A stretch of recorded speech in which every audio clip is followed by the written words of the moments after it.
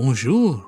La semaine dernière, j'ai renouvelé mon ordinateur. J'ai changé mon vieux FX 8350 de chez AMD par un processeur de toujours chez AMD, le Ryzen 5 5600X. Et je peux vous dire que la différence, elle se ressent. En fait, j'étais tombé sur une offre à 300 € avec la carte mère plus le processeur, ce qui me semblait être une bonne affaire sur le coup. Et puis du coup, j'ai craqué et j'ai pris 32 Go de RAM. Bon, ce qui m'a coûté 100 € de plus. Mais au final, comme j'avais déjà toutes les pièces suffisantes, j'avais mon alimentation, la tour, tout ce qui était de mon ancien ordinateur était encore utilisable, et bien j'en ai eu au total pour 400 € pour renouveler totalement ma configuration. Et je trouve que c'est plutôt une bonne affaire, surtout par les temps qui courent. Et enfin, le problème, c'est pour ça que j'ai tardé aussi longtemps, c'est qu'il va me falloir tout reformater. Et ça, je vous avoue que ça me fait un petit peu peur. J'ai plusieurs années de projets et d'archives à retransférer, et du coup, ça promet d'être chronophage. C'est pour ça que je vais en faire une vidéo, une sorte de journal de bord avec des condensés de bonnes pratiques qui va me rappeler ce que j'ai fait et pourquoi je l'ai fait, ou pas. Et donc c'est parti. 5 minutes later. Ça commence bien, je n'ai pas pu filmer la réinstallation de Windows puisque je n'ai pas de boîtier d'acquisition vidéo.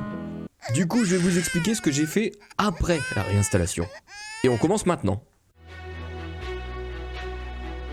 J'ai d'abord supprimé toutes les fonctionnalités que je trouvais superflues. Ainsi, j'ai dû revoir la météo, les actualités, Cortana, enfin tous ces trucs que je n'utilise jamais. J'ai ensuite activé le thème sombre, conseil de mon médecin. Et j'ai fini par configurer les dossiers profil, c'est-à-dire images, téléchargements, documents. Tous ces dossiers par défaut, je les ai pointés vers un disque dur externe, comme ça si je reformate mon ordinateur, j'aurai toujours mes éléments. Oui, parce que j'ai oublié de vous dire, l'intérêt c'est d'avoir deux disques durs. Un disque dur pour le système d'exploitation et un autre où on stockerait tous nos fichiers de travail. À ce niveau-là, il ne me restait plus que deux choses à faire. D'abord, le panneau de confidentialité, c'est important. Donc là, j'ai à peu près tout refusé.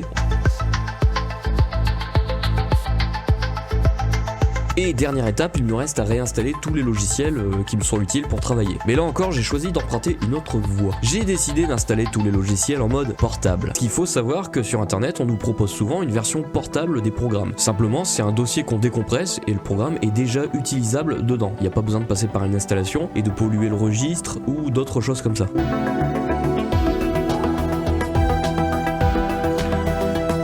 Donc, tous mes logiciels sont configurés et en plus je les ai placés dans un dossier que j'ai indexé. Pour démarrer un logiciel, je appuie sur la touche Windows et je tape le début du nom du logiciel. Comme ça, je peux le démarrer directement. C'est plus facile que de devoir chercher les icônes partout et de ne jamais les trouver à temps. D'ailleurs, à ce point-là, j'avais fait autre chose. Vous êtes peut-être comme moi sur le bureau, vous avez tendance à mettre plein de choses et au bout de plusieurs mois, c'est le foutoir complet.